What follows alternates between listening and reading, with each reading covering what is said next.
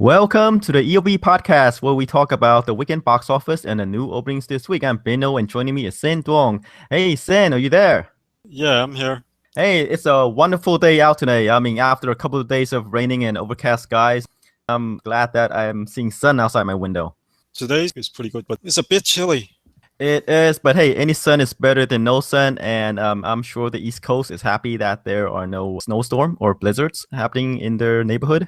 Yeah, and it's kind of interesting over the weekend that the drop-offs for every movie are actually very low. I mean, movies held up really well last weekend. It's probably because the previous weekend, the snowstorm probably had a lot to do with the lower box office. Yeah, overall, lower box Yeah, office overall, yeah, in general. If you look at the list, using Box Office Mojo. None went over 40%, the drop off. So, which yeah. is awesome. Yeah, the movies in the top 10, the drop-offs are like 20 to 30%, which is very rare. Right, right. Oh, let me qualify that. None in the top 10 went over 40%. Okay, if you go Yeah, lower, like there are some Norm that of are the quite North. high. Yeah, Norm of the North just, I mean, geez, 76%. right. That- That's a collapse. There are still snowstorms going on where the movie's playing. So, we'll Okay, attribute right. to that. Right. Yeah, yeah, yeah. All right, should we move on to the weekend's movies? All right, let's jump right in with the box office. Okay, coming in number one is Kung Fu Panda 3, Mhm. as we expected, but we just didn't know how much it's going to open to. Last week we predicted that, I mean, well, at least you say that it would do lower, Yeah, around, I think, in the 35 million range, because going by historical record, right? But the franchise is trending down. And I said right, that it would be, this is the movie that would rejuvenate the franchise because, hey, right. more cute pandas. Probably doing 45 to 50 million range. And hey, It was right in we're the kind of both middle. right and wrong. We're both kind of right and wrong on this. Yeah, it did a little bit better than I expected, and it did a little bit lower than you expected. So it was kind of in the middle of both of our predictions.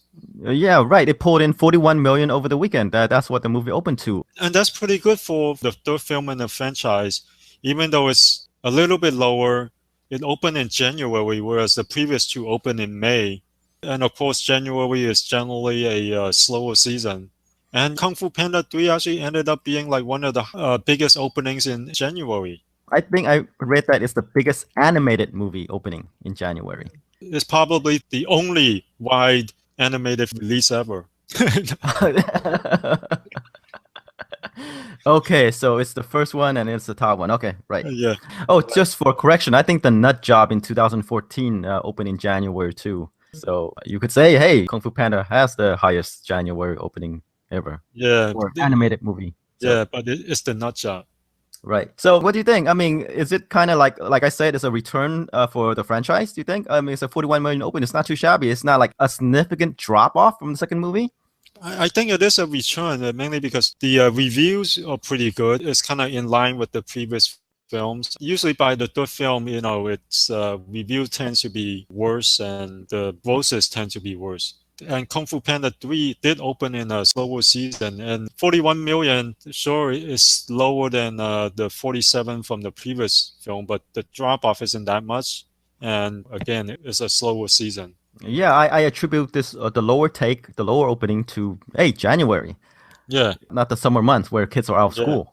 Right. And, So I think this is pretty good. This is kind of, like you said, it's kind of even though it's a little bit lower than what you expected, it's kind of a rejuvenation of the franchise. And like you said, adding more pandas did help the film. I think they're going for more family in the third film instead of more teenagers, going more action. Yeah, it could be. Although from the reviews I read, the fight choreography is a lot more intricate and detailed than previous films. Under the table, they might have consulted with Yin Wu Ping on the fight choreography. All right, MMA matches between pandas. Yeah, Yeah. that'd be awesome.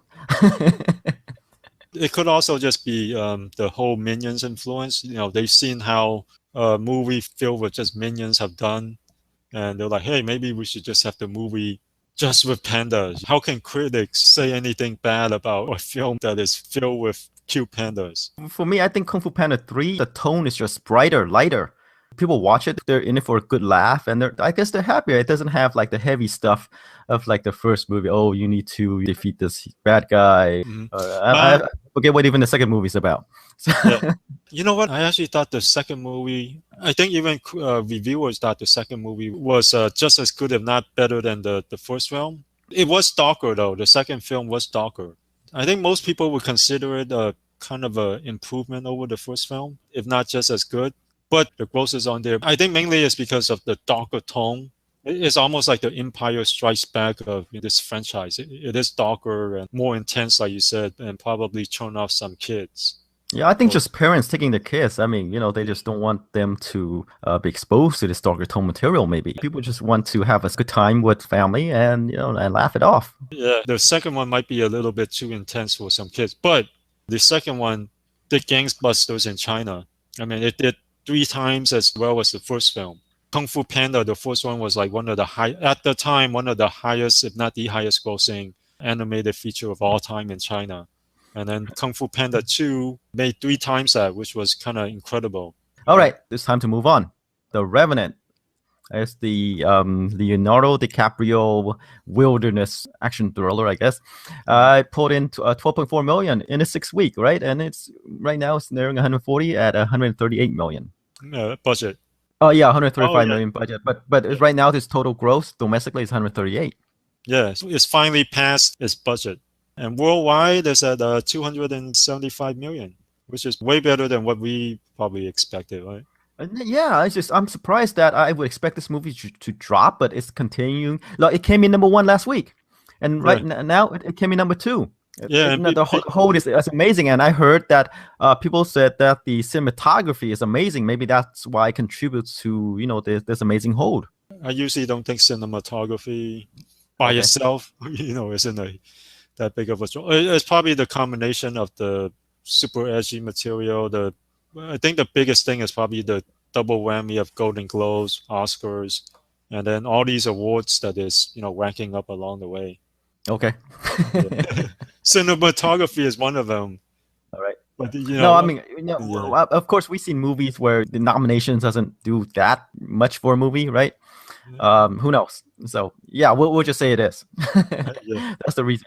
And like we mentioned, the 22% hold is really good, and one of the main reasons is probably because the snowstorms over and people who didn't go to the theaters last week are going to the theaters this week, as evidenced by the Revenant and the third movie on the list, Star Wars: The Force Awakens, made 10.8 million, and the drop off is only about 23%, and it's at 895 million.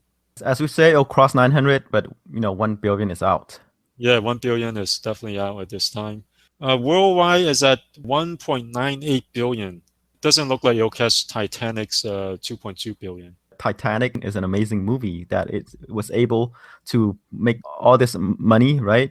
When it was released in 1997, where the market is not as huge as it is today. Yeah, right. Okay, coming in number 4 is one of the new release last weekend, The Finest Hours. It's the Chris Pine Coast Guard rescue movie that pulled in about 10.3 million over the weekend. That's around the same figure, around the figure we were expecting, right? I said it would do probably 15 because, hey, the biggest movie of the new releases, I thought. And you said it would probably do around 12. Around what we kind of expected. Chris Pine, outside of the Star Trek films, isn't really that big of a draw. Kind of like Chris Hemsworth, like you said last week. Outside of the Marvel films, not that big of a draw. So what do you think the budget is for this movie? I read somewhere that it's around 70 to 80 million. With this opening, it's going to lose money unless it makes up for it overseas. And I'm not sure how big of a draw Chris Pines is overseas. And I'm not sure how this movie will do overseas. Well, as we know, star power is not that important overseas. Of course, the big A-listers will have an effect, but for certain movies, like special effects, all the main draws. So, for certain movies, yeah, and this one has huge waves, storm, and I think it was in some sort of 3D, right? Yeah, I thought 3D was one of the big selling point of this movie. I haven't seen anything that goes like, hey, now in 3D.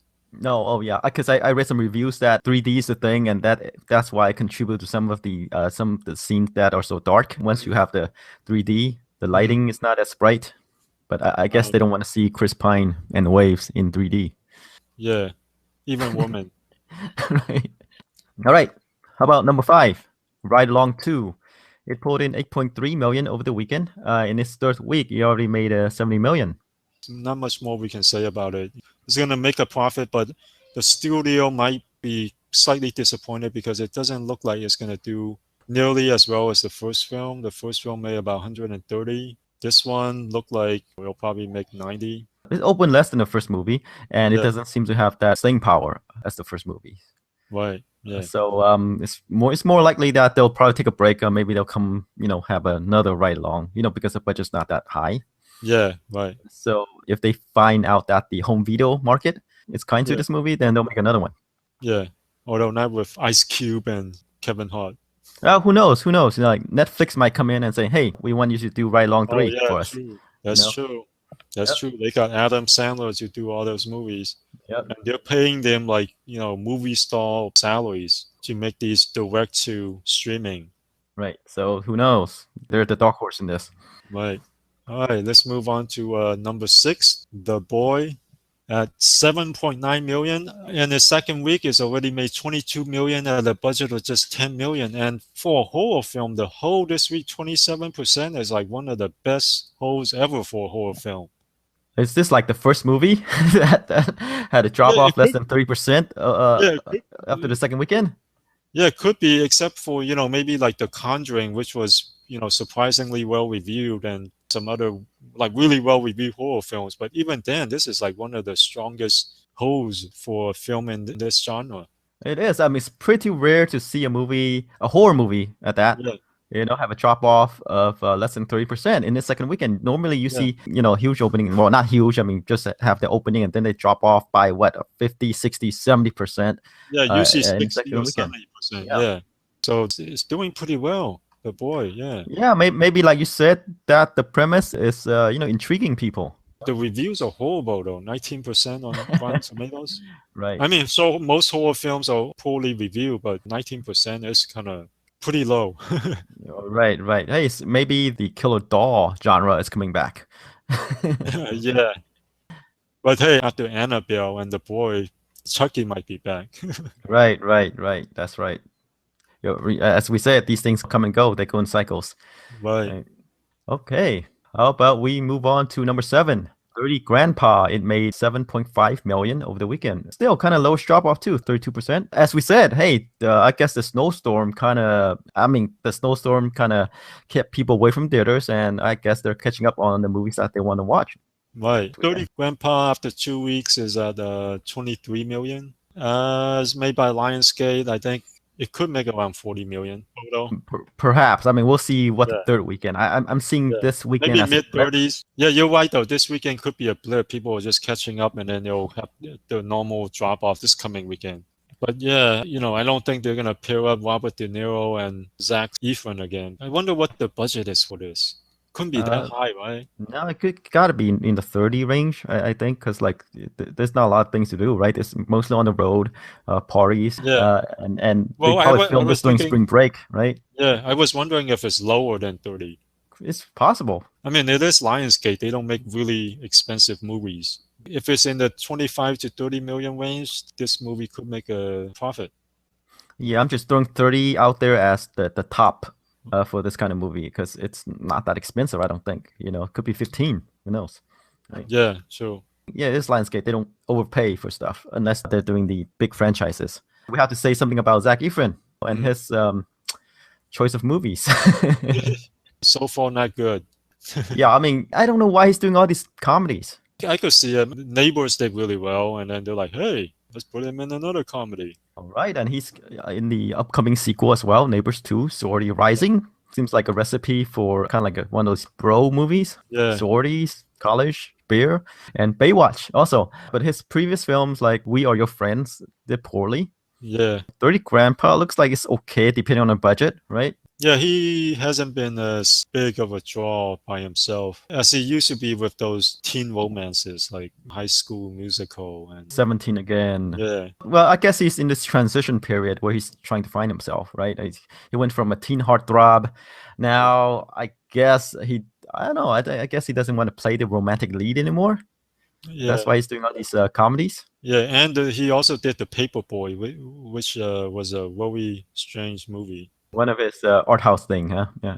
Yeah, yep. So it seems like he's just throwing all these things out on the wall and see which ones stick. Right, and he can afford to do this because hey, of his good looks, I guess he would have a lasting career. You can always go back to the romantic comedies. I'm not sure once you pass a certain age. Well, he's still young. Hey, look, guys, Harrison Ford is still a romantic comedy. Dating women in their 20s in the movies. you know. Well, except for Indiana Jones. Well, yeah, Richard Gere. He's old and he can still play Hey, romantic hey, leads. there's always Nicholas Sparks movies. Oh, we'll get to that. We'll Yeah, get to that. yeah, But for men age better than women in movies. yeah. You can always pair up an older man with a significantly younger female lead.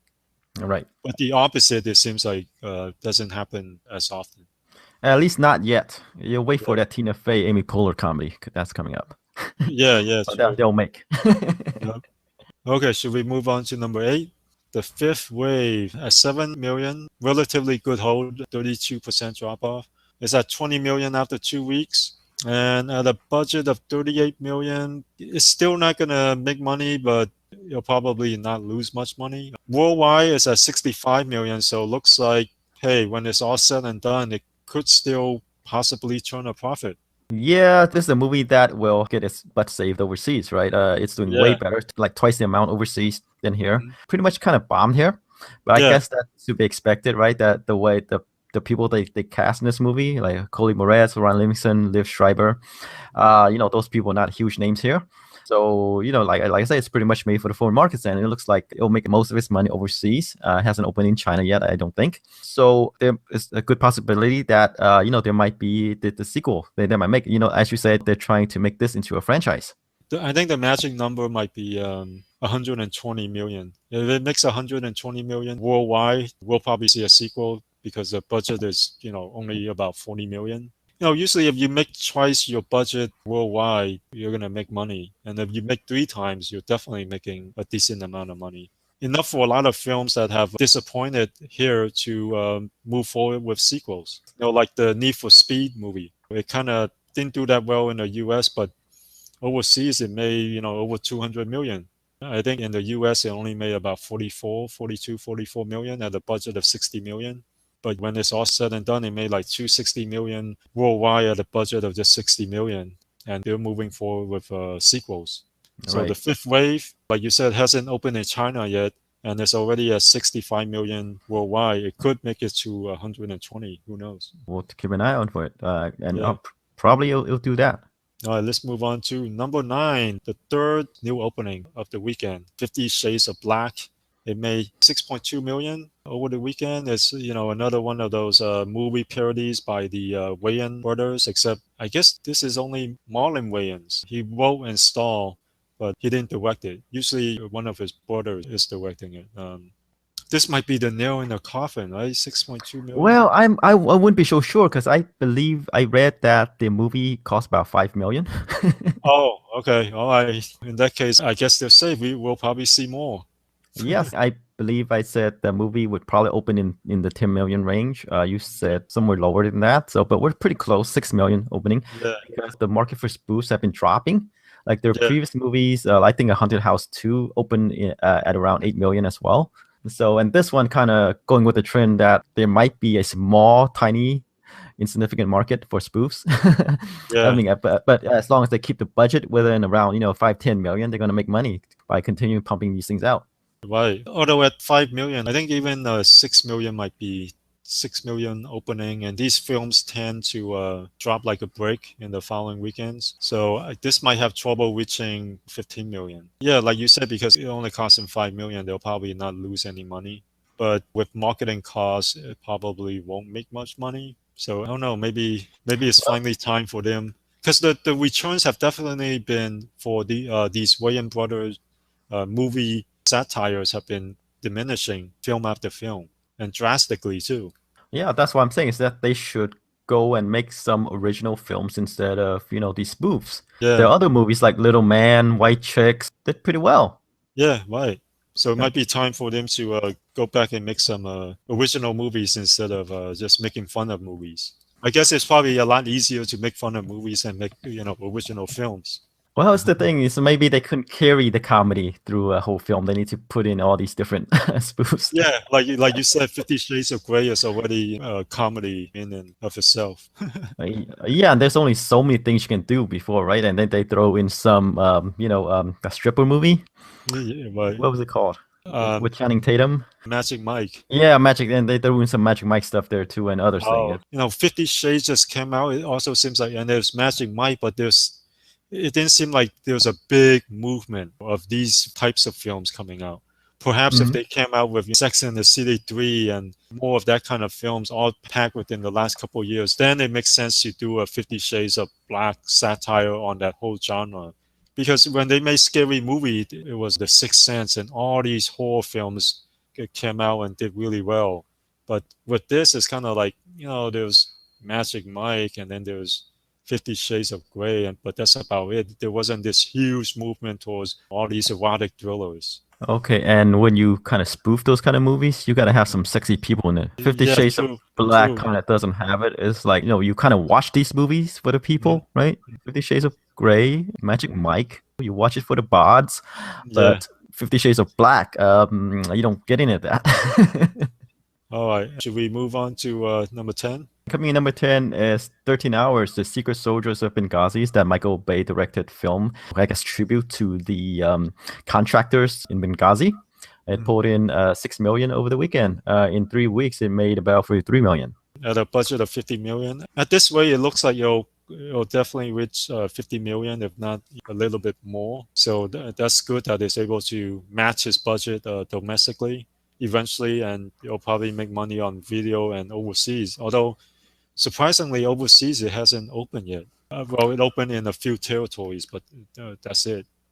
A Michael Bay movie tend to do well overseas, mainly because it's easy to translate action. Yeah. It's easy to translate explosions. Yes, people know what they're getting with Michael Bay, and you really don't need to speak any languages to understand what he's trying to say, or, Yeah, or right, what's on screen.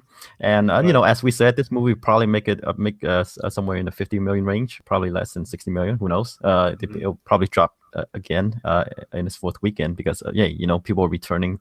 Oh no, we said that this movie kind of did well in the non blizzard, snowstorm affected areas because it appeals to those people that are living there. And this movie probably will take some time to get released overseas Yeah, right, because like it could be like a movie would be released here and it could be released overseas like a year later. oh Sometimes the movies are like that depending yeah, on the schedule and content. right, What I'm surprised by is that his non-big blockbuster movies, the budget for those are Mhm. kind of kept in check. Yeah, You expect someone of his caliber or reputation would demand a higher budget for these kind of movies, but they're right, kind of modest for these kind of movies. yeah. I mean, even with Benghazi, I would expect him to easily go over 100 million, but he didn't. Yeah, maybe he could, but maybe I guess he just shows some sort of restraint for these type of movies. Okay, how about we go to the other new release last weekend? Oh yeah, yeah, yeah, Yeah, Jane Got a Gun. It came in number 17. It was originally scheduled for to open in about 500 theaters or so, yeah, but it expanded to over 1,000. Yeah, and it pulled in about 800K. yeah, which is pretty bad for a wide release. Pretty Uh, bad for a wide release. And I yeah, said that it has some shades of Serena in it. yeah, That yeah. Western starring Bradley Cooper and Jennifer Lawrence. Guess what? It's more than a shade. It's completely in that kind of league of Yeah, no, no, no, no. arms. Yeah, due to its expansion, it Yeah. has a per-theater average worse than Serena. Wow. I mean, Serena opened to about 100K, but it was only in like 50 or so theaters. It's one of those movies that kind of backfired on the Weinstein brothers. They just kind of did it, and they were contractually obligated to release it. They probably didn't want to. It's surprising with all those names in the cast that they would do so poorly. I mean, Natalie Portman, Ewan McGregor, Joel Edgerton. Kevin O'Connor directed it. He directed the Yeah, highly regarded, Warrior. Warrior. The reviews aren't that great either, right? No, I don't think so. And I took a look at Natalie Portman's producing credits after this movie, and she doesn't have a good track record as a Oh, okay. producer. So maybe she should start producing her own movies. She did Hesher, which kind of did 380K. The other woman, which she executive produced, did 25K. There was this No String Attached comedy, which did 70, which is okay, but that has Ashton Kutcher in it, and she plays the character that people normally associate with her playing. Right, right, right. No, I just went back and looked at the tomato meter. Jane Got a Gun did 32% on Rotten Tomatoes. So not a well-reviewed film. And like you said, as a producer, it's kind of bad to say, hey, you shouldn't produce your own movies. But so far, her decisions hasn't turned out that well. I mean, she might see herself playing a certain type of character, but I don't think she's there as an actress yet to play these different type of roles. I don't think people want to see her in these type of roles. I wonder if because No Strings Attached did relatively well, 71 million is pretty good, that they're like, whoa, this movie made all that money. We should let her make other movies. If you tell me all these people and Gavin O'Connor's directing it, I say, yeah, go ahead. Yeah, right. It's one of the type movies that just didn't work out. And I remember when I said that I think Lindsay I mean the movie was originally supposed to be directed by Lynn Ramsey. She left on the day of the shooting or something like that. She didn't show up on the set, and they had to scramble to find her a replacement. One of those trouble productions. One of those trouble productions, and then I think Joel Egerton, had to switch roles. Michael Fassbender was supposed to play the good guy. And then, but he left because of X-Men, right? And then he had to switch roles, slide over to play the good guy, and then they brought in Ewan McGregor to play the bad guy. So there you go. Oh, a lot of shifting around. Sometimes you put a bunch of good people together and you still end up with junk. That's true. And if you see Natalie Portman on the producing credits, you probably should just stay out of it. Unless it's a romantic comedy. Yes. Let's We'll move pick it on up to soon. the opening films. Yes. Okay. Let's move on to the openings. We have, I think, 3 this weekend as well. We have Hail Caesar, Pride and Prejudice, and Zombies, and The Choice. Okay, let's go with the Pride and Prejudice and Zombies. Was it that Lincoln movie? Abraham Lincoln Vampire Slayer or something like that? Yeah, or Hunter, Abraham or Vampire Hunter. Yeah. It was like Vampire Hunter and then Vampire. They changed the title to Vampire Killers or something. Whatever. But- no one remember that except you. Yeah. That didn't do so well, mainly because. Wait. Look at who's producing the movie. All right, let's see. You mean Natalie Portman? No. Natalie Portman. Oh, whoa. Interesting. Okay, carry on. You were saying? Okay, the Abraham Lincoln movie. It was directed by the director of Wanted, a Russian director popular for Wanted, which was a huge hit. Timur Bekmambetov.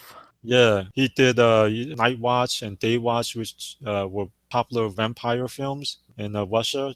And Abraham Lincoln Vampire Hunter, I mean, it did okay. It opened at 16 million and it made about 38 million overall, but I think the budget was at 70 million, which is because of its budget, it didn't make much money. But at 38 million for a film, I thought for this movie is pretty much what you can expect. But the budget was pretty high and therefore is a box office disappointment. It was probably the first film in this genre, right? What would you call this? I think it's kind of like an alternate take on history, I guess. You could say it's a mashup. Yeah, because it didn't do that well, so it wasn't a good start. And from what I was reading, Lionsgate was originally producing. Are they still the producers of Pride and Prejudice and Zombies? No, I think it's now Sony. Yeah, because I think for a while the writer of Pride and Prejudice, and it's the same person who wrote Abraham Lincoln Vampire Hunter too, Seth Grahame-Smith, and he was saying how Pride and Prejudice and Zombies depends on how Abraham Lincoln Vampire Hunters did. And that didn't do so well, and that's probably why it left Lionsgate and eventually went to Sony and Screen Gems. And that's probably how it ended up in Natalie Portman's hands. The first trailer I saw, they try to focus on the whole mashup of Pride and Prejudice and putting that together with zombies. It looked like it could be a Pride and Prejudice film, but with zombies. But the latest trailer I saw focused more on the zombie part and girl power. So what do you think? Oh my God. Okay, Seth Graham-Smith, his work is a work of comedy. It's kind of like they take what you know about stuff, like Abraham Lincoln, for example, and then he did an alternate take, a comedic take on it. Hey, he's actually a vampire hunter. Or Pride and Yeah. Prejudice, they take the story and put zombies in it. These kind of stuff works better as a one-off joke, maybe as a Yeah. book than a movie. Yeah, because from what I read, he plays with the original works, the writing really well. That kind of take is probably pretty hard to translate into movies, but the genre translates really well. Zombies, vampire hunter, like that translates really well, but the writing is hard to translate because a lot of people who praised Pride and Prejudice and Zombies said, if you read Pride and Prejudice and you read his book, it's a lot funny because he plays with the original written work. So a lot of it is more literary and a lot of it is more based on the writing that makes it funny and original and unique. But that's kind of hard to translate to the movies. The only part that translates well into movies is the blood and gore. I also want to point out that Pride and Prejudice and Zombies is similar to 50 Shades of Black. They're both spoofs. Yeah, But for the movie, they play it too seriously. They take it too seriously. yeah, the trailers does look like they take it way too seriously when it's more of a work of comedy. So, what do you So think? I'm not quite feeling it from the trailer. I'm thinking 8 to 10 million. I kind of have it there as well. I originally had it at about 10 to 15, but I think I'm going to downgrade it to about 10 at best, I think. It's just one of these movies that just doesn't seem right. The fight scenes are not done particularly well, and the people you don't really recognize some of these people in there. Alina Headley, she was in Games of Thrones, the Sarah Connor Chronicles on TV, right? Which got canceled, unfortunately. Lily James, Sam Riley. So, not a lot of well-known names here. It might be by choice so they can keep the budget low, which makes sense for this movie because Yes. And then I see that it's produced by Natalie Portman, and that's why I downgraded to 10 million. interestingly, the director Burr Steers did a bunch of Zac Efron movies, 17 Again, and Charlie St. Cloud. There is a romantic angle of Pride and Prejudice and Zombies. Yeah, it's just kind of an odd mix. Well, there's two names I would probably steer away is any movie by Seth Graham-Smith, and then produced by Natalie Portman. So there you go. I wouldn't be Right. surprised if it did way less than 10 million. You don't think this has any appeal to the horror genre Well, demographic? no, but the horror genre wants to be scared. This is more like a playful take on these zombies Yeah, movies. playful pick on a romance novel. Yeah, romance, and this is including zombie in it. Like I said, it works better as a book than as a movie, and this is not something I think translates that well. So 10 million. 10 million. Speaking of romance movies, let's move on to The Choice, another Nicholas Sparks movie. That guy's a genre unto himself. Well, he is a genre, but the thing is, like, people want to make this movie because, hey, I guess there are a lot of he sells a lot of books. Yeah, he does. I saw the trailer. It seems like he likes having one of the couples to be have some kind of lifelong disease or illness. Yes. I'm not a reader of Nicholas Sparks. I don't watch his movies, but just going by some of the stuff that's coming on through trailers, there are like common themes to his material. Yeah. And I don't know why he was able to continue to pump these things out and people are continuing to buy his stuff up. So anyway, it's directed by Ross Katz. It stars Teresa Palmer. She was in that zombie movie, Warm Bodies. She was also in Point Break, the new remake. And then Benjamin Walker stars as a love interest, and then Tom Welling. There's still an audience, but it's not as big as it used to be. Like, The Notebook or Dear John, both made about 80 million. And then The Last Song and The Lucky One both did about 60 million. And then Safe Heaven was in between, 71 million. But The Best of Me did 27 million, and The Longest Ride did 37 million. They do open, so I'm thinking maybe 8 million? I want to go lower. I think Teresa Palmer is getting there as a romantic lead. She was this young actress, but I think in this one, she kind of showed that she does have the drawing power as a romantic lead, but I don't think this is the movie. But I'd probably go 5. you could be right. Not high on it. But I we're mean, never high on Nicholas Sparks no, movies. like I said, I'm surprised that his stuff gets recycled and regurgitated, right? But people keep turning out for them. So I just wondering why so.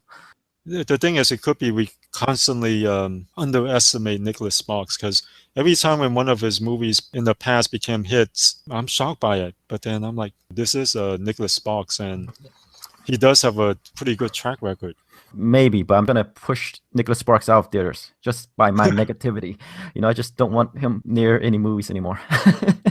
It really doesn't have any big name actors in this movie. Maybe fans of Nicholas Sparks will go out and watch this, but Yeah. I don't know. I think these movies are kind of like too similar. Yeah, and maybe they're coming out a little bit too frequently. Yeah, and I like to think that movie-going people are smarter than the average audiences. I'll disagree with that. All right. I think the general movie audience is somewhere in the middle. Okay. And I wouldn't be surprised if Natalie Portman secretly produced this as well. So Should we move on to Hail Caesar? yes, Hail Caesar. It's the Ethan Coen brothers movie that stars Josh Brolin, George Clooney, Ralph Fiennes, Jonah Hill, Scarlett Johansson, Frances McDormand, Tilda Swinton, Channing Tatum, on and on and on. So they're kind of promoting this all-star cast. And I watched the trailer, and I still don't know what it is about. Yeah, me neither. But I've seen the trailer of a lot of Coen brother movies, and I don't know what they're about. I guess that's their whole draw. Their films usually don't open that well, and they kind of make their money slowly. Yeah, I mean, there is this kind of like story about a movie producer, studio head. I guess George Clooney plays this actor who got kidnapped for ransom, and then I guess he's trying to call in these other people to try to rescue him or whatever. Yeah. And I'm just saying, is that it? It's kind of like a period piece, but then there's all these weird stuff. I'm sure there's more to it, but there's too much of a Hollywood insider type feel to it, like The Player. With the exception of True Grit, that's like their most mainstream movie. It did 171 million. Their next biggest hit were No Country for Old Men, 74 million, and another kind of mainstream movie.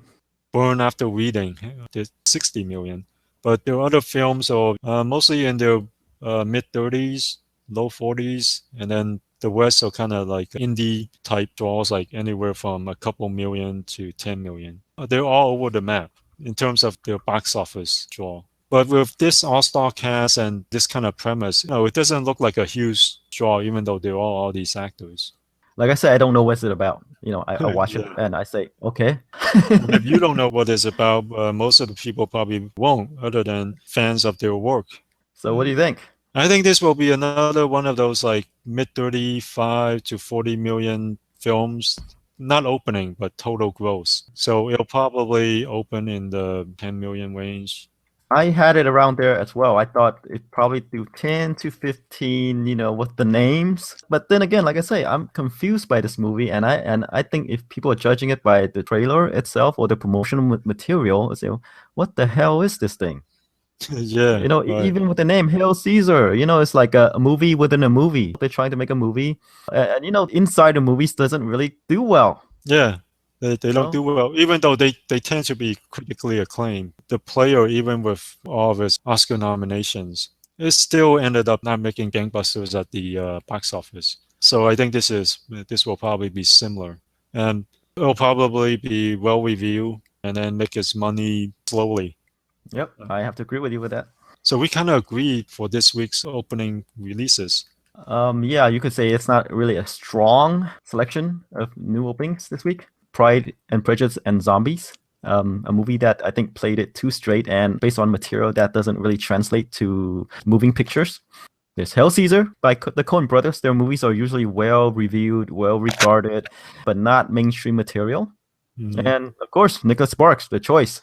The only major difference we have is the choice. I have it at around 10, you have around 5. Well, you had around 8, so not that big of. Yeah, not that big of a deal. Yeah, but I'm curious to see how Pride and Prejudice and Zombies will do though. Which means we'll come back next week and find out. Okay, see you guys next week, and we'll see if Natalie Portman can produce a hit other than romantic comedies. But this is kind of a romantic comedy, kinda.